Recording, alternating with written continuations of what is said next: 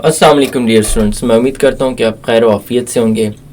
Dear students, हमारा आज का ये शॉर्ट सा लेक्चर है थोड़ी सी ड्यूरेशन का, और बेसिकली ये है आप लोगों को एक आइडिया देना कि आपने अपने ऐसे के लिए रेफरेंसेस कैसे अरेंज करने हैं, आपने एसेस को कैसे सर्च करना है, उन्हें कैसे अपने इंट्रोडक्शन में देना है, मेंशन करना है, इंटरवीनिंग पैराग्राफ्स में मेंशन करना है और कंक्लूजन में मेंशन करना है। मैं पास पेपर स्टूडेंट्स के चेक कर रहा होता हूँ अक्सर एकेडमी के बिहाफ पे, और मैं देखता हूँ कि स्टूडेंट्स जो है पूरे पैराग्राफ में कोई बात ऐसी नहीं करते जो कि एंड में जाके उससे रिलेटेड कोटेशन से मैच करे। मैं अक्सर देखता हूँ कि एक इंट्रोडक्शन अगर उन्हें लिखा है, एक पैराग्राफ है, ये करप्शन इन मीडिया, ये एक पैराग्राफ है, यहाँ से यहाँ चलेगा, कोई बात करप्शन इन मीडिया पे नहीं होगी, एंड में एक कोटेशन आ जाएगी, यूं सॉरी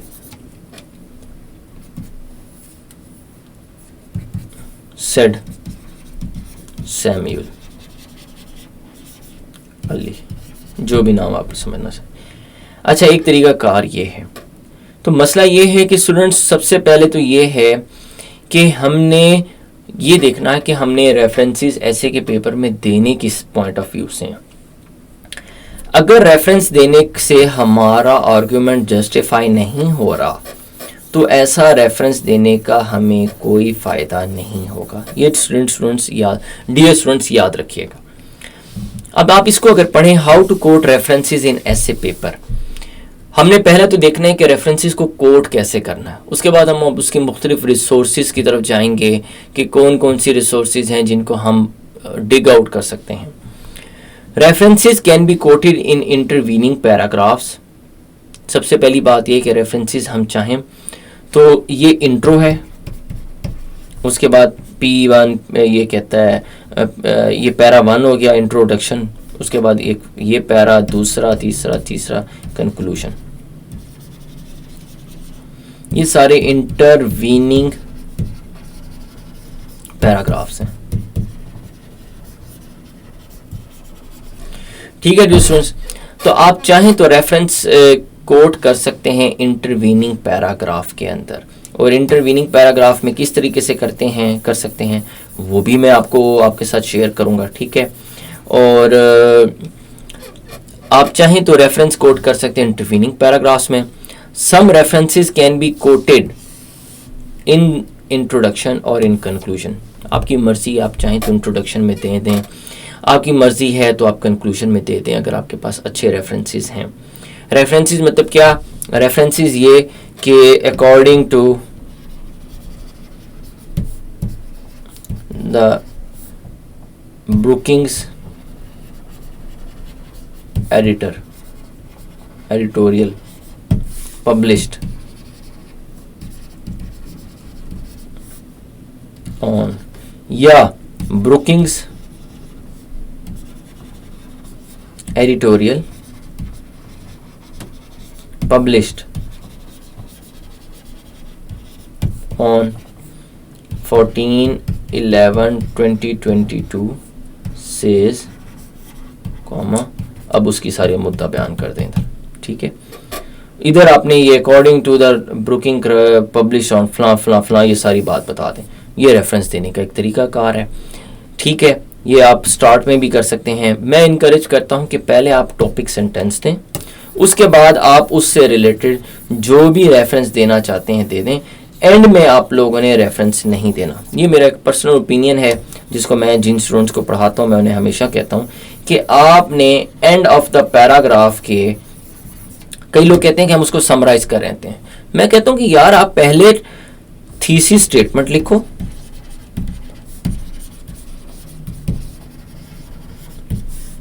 ये अपना ठीक है, प्लस रेफरेंस प्लस रीजनिंग, ये आपका पैराग्राफ बन गया इस तरीके से कि पहले थीसिस स्टेटमेंट आ गई, 1 थीसिस स्टेटमेंट, ठीक है, दूसरे नंबर पे रेफरेंस आ गया, तीसरे नंबर पे रीजनिंग आ गई। ये आपका तरीकाकार होना चाहिए। तो मतलब ये है कि आप चाहें तो यही पैटर्न यूज़ कर सकते हैं तमाम इंट्रोडक्शंस के लिए, तमाम इंटरवीनिंग पैराग्राफ्स के लिए, और आप चाहें तो कंक्लूजन के लिए भी ये यूज़ कर सकते हैं। एट द एंड में यूज़ ना करें, क्योंकि एक तरह से एक लगता है कि ये बंदा समराइज कर रहा है, और आपको चाहिए कि आपने अपने CSS का एग्जामिनर के लिए रीडिंग आसान बनानी है। Make him do the maximum reading from the start of your paragraph, मतलब उसे पढ़ के फ़ौरन अंदाज़ा हो जाए, अच्छा यार ये पैराग्राफ इस मौजू पे है। अगर आप उसे कीप गैसिंग रखेंगे तो उसने आपका जो 3 घंटे लगा के आपने बहुत मेहनत से ऐसे लिखा है, उसको हो सकता है वो शायद 2-3 पैराग्राफ पढ़े, पैरा 1 पढ़े, पैरा 2, पैरा 3, कि यार ये तो उसने थीसिस स्टेटमेंट ही नहीं लिखी, और रेफरेंसेस देखो ये एंड पे लेके जा रहा है, तो उसने ज़्यादा पढ़ने की दिक्कत नहीं शो करनी, और उसने आपको 2 नंबर 3 नंबर दे के फेल कर देना है। तो अब तक जो हमने चीज़ कवर की है कि रेफरेंसेस आप इंटरवीनिंग पैराग्राफ्स में दे सकते हैं, आप उसे इंट्रोडक्शन में दे सकते हैं, कंक्लूजन में दे सकते हैं। कोशिश ये कीजिए कि थीसिस स्टेटमेंट हमेशा दें, इंट्रोडक्शन की भी दें, इंटरवीनिंग तमाम पैराग्राफ्स की थीसिस स्टेटमेंट दें, और कंक्लूजन की भी दें। Better approach is to use references at the start और इन द मिडल। आप चाहें तो अपना जो है जो कहते हैं रेफरेंस है वो आप स्टार्ट में दे सकते हैं, ठीक है, या आप चाहें तो मिडल में दे दें, मगर मैं अभी भी प्रेफर करूंगा डियर स्टूडेंट्स कि सबसे अच्छा तो यह है कि आप अपनी थीसिस स्टेटमेंट के बाद ही रेफरेंस लेके आएँ, ठीक है, उससे आपके एग्जामिनर को पढ़ने में बहुत आसानी होगी। कोटेशंस और references should not be place at the end by design, मतलब जानबूझ के आप कोशिश करें कि भाई किसी तरीके से मैंने कोटेशन एंड पे ही देनी है, ऐसा ना कीजिएगा डियर स्टूडेंट।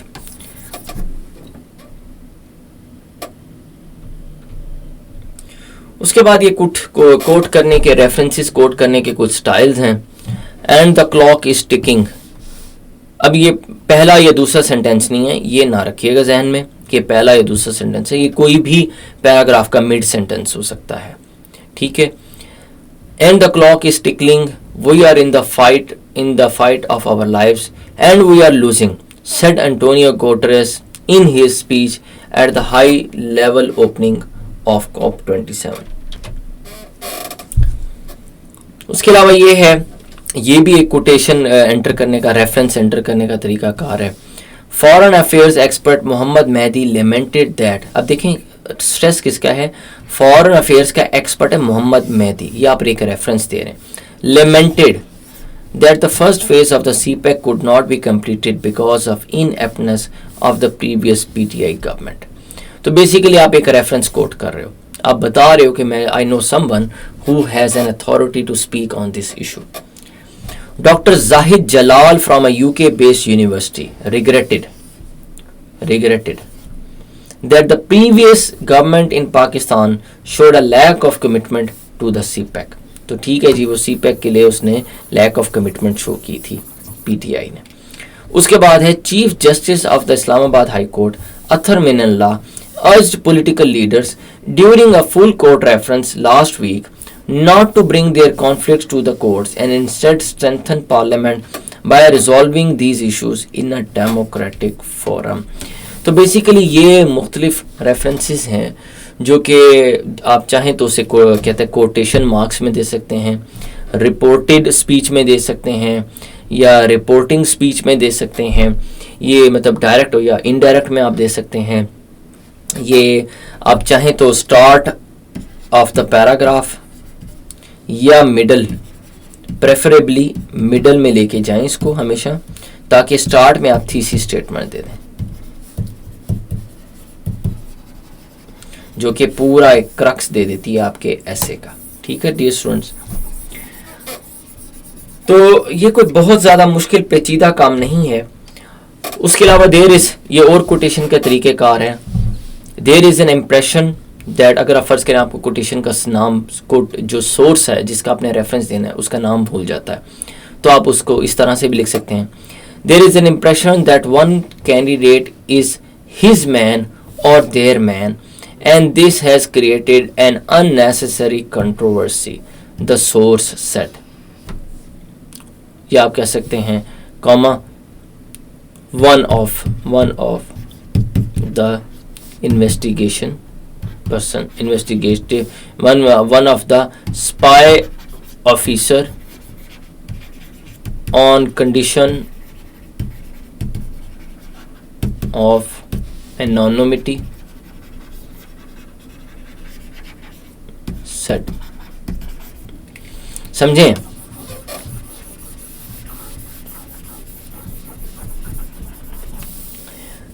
अच्छा, ये एक तरीका कार ये है. उसके बाद है the US characterize the Taliban as a totalitarian sharia dictatorship that was particularly harsh toward women as well as the voice of Islamist terrorism which sought to destroy the Western way of life. तो basically ये भी आप चाहें तो किसी country की foreign policy का जो मेन हेड है या मेन फाउंटेन हेड है या जो उनकी लाइन ऑफ थिंकिंग है, उसको भी आप कह सकते हैं कि भाई यूएस ने कैरेक्टराइज किया. Pakistan characterized India as a bad negotiator and violator of Kashmiri cause. मतलब कुछ भी इस तरह मेंशन कर सकते हैं. ठीक है, एक ये तरीका कार भी अपना रेफरेंस देने का डियर स्टूडेंट्स है.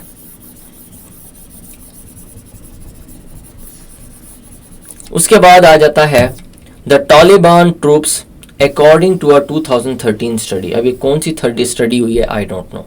according to a 2013 study by the respectable या by the esteemed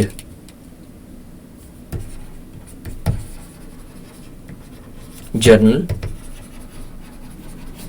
का नाम आप दे दें द नेचर. ठीक है, वो दे दें were according to a 2013 study by the esteemed journal the Nature were according to a truth study the Taliban troops according to a 2013 study conducted by the esteemed journal the Nature stated that were engaged in complicated ambushes that displayed fire control, fire displayed discipline, interlocking fields of fire, combined weapons, fire and maneuvering, anti-armor tactics, cover and concealment and defense in depth.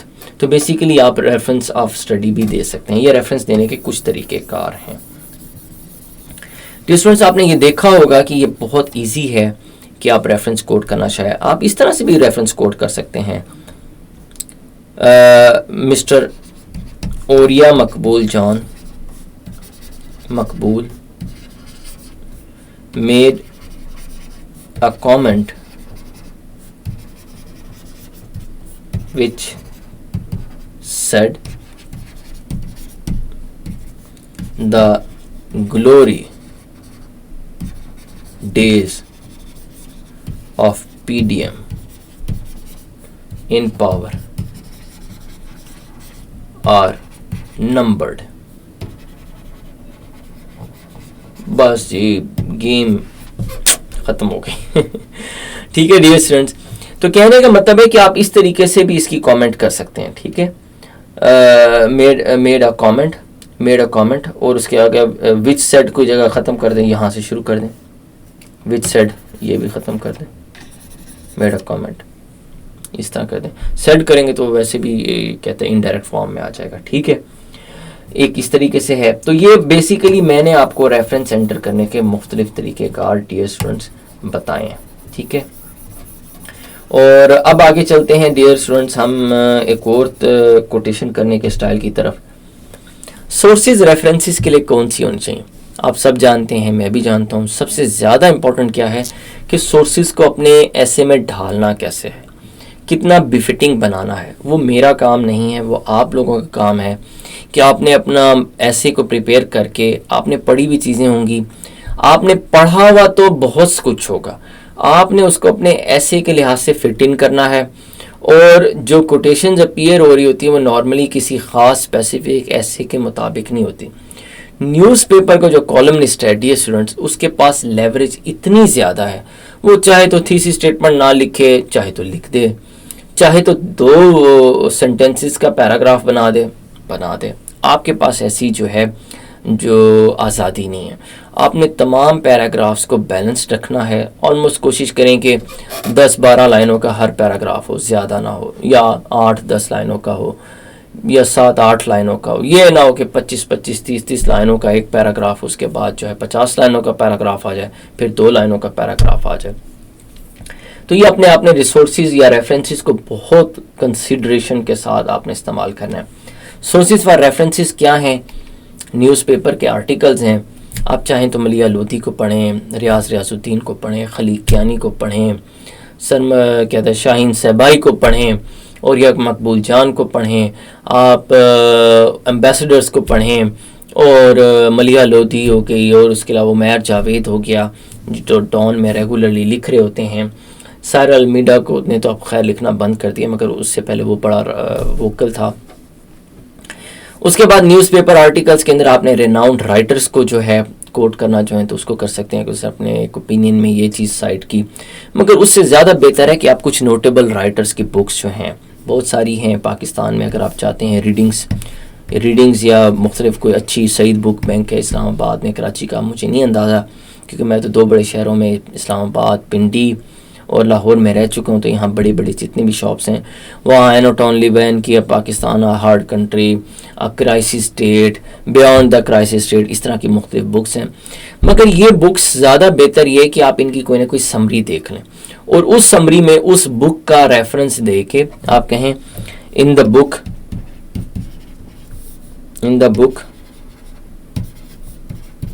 Pakistan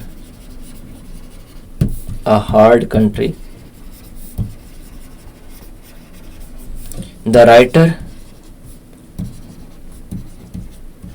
says, inverted comma, जो direct याद हो वो इधर लिखते हैं। ठीक है dear students, एक ये तरीका कार है। ये है नोटेबल राइटर्स को कोट करने का। जितने ज़्यादा पढ़ेंगे उतना ज़्यादा अच्छा दे सकेंगे, जितने मैगज़ीन पढ़ेंगे उतना अच्छा तरीके से उस मैगज़ीन का ओपिनियन दे सकेंगे, उसका इदारिया का दे सकेंगे, किसी राइटर को ओपिनियन दे सकेंगे। आप डॉन का, न्यूज़ का और इनके आर्टिकल्स पढ़ते हैं तो आप नीचे उनकी कई दफ़ा क्वालिफ़िकेशन भी लिखी होती है, उनकी डिग्री भी लिखी होती है, ये भी लिखा होता है कि वो क्या करते हैं। मतलब ये एक तरीके से सजेस्ट करना है, मिनी CV दिया होता है, जिसका मतलब है कि आपको बताना है कि these people are qualified to do this comment, एक तरह से जो, और ऑल्दो कि ये एडिटोरियल का जो है वो कहता है परव्यू नहीं है, ये बेसिकली डियर स्टूडेंट्स ये जो परव्यू है ये है आपका, इसका कहता है आपके अच्छे राइटर का। उसके अलावा आप चाहें तो रिसर्च पर पेपर्स जो हैं उनको भी रेफरेंस के तौर पे प्रेजेंट कर सकते हैं।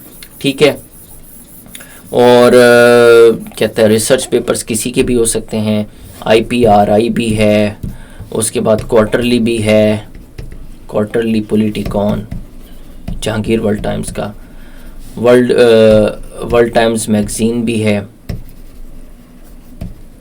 मगर IPRI, SRI और ISSI ये मुख्तलिफ थिंक टैंक्स हैं, ये भी थिंक टैंक है, ये भी थिंक टैंक है, ये भी थिंक टैंक है। उसके अलावा भी हैं पाकिस्तानी थिंक टैंक्स। आप चाहें तो जो है उनके रिसर्च पेपर्स में जो उनके मुख्तलिफ ऑथर्स ने कोट्स दिए होते हैं या मुख्तलिफ उनका ओपिनियन है वो आप दे सकते हैं। ये बात याद रखिएगा डियर स्टूडेंट्स कि रेफरेंस आप तब देने की पोजीशन में आएंगे जब किसी मटेरियल को पढ़ के खाली याद ना रखा जाए, एसोसिएट किया जाए कि ये टॉपिक की जो कोटेशन है ये इससे एसोसिएट हो रही है, ये मैं यहाँ फिट कर सकता हूँ, वो बहुत अच्छे तरीके से याद रह जाएंगी। For the sake of rote learning एक कोटेशन याद कर ली कि डेमोक्रेसी का ऐसे आएगा तो ये ऐसे के अंदर कोटेशन लिख दूंगा, पॉवर्टी पे आएगा तो ये लिख दूंगा, ये काम नहीं चलेगा। कोटेशन ज़रूर पढ़ें, इस तरह के न्यूज़पेपर्स के रेफरेंसेस ज़रूर ढूंढें, स्टैटिस्टिक्स को भी ज़रूर देखें। मैं स्टैटिस्टिक्स पे बात करना भूल गया था, मुझे शुक्र है याद आ गई है कि आपने स्टैटिस्टिक्स को कैसे मेंशन करना है। उनकी सोर्सेज जो हैं ज़्यादातर जो है वो इकोनॉमिक सर्वे ऑफ पाकिस्तान है,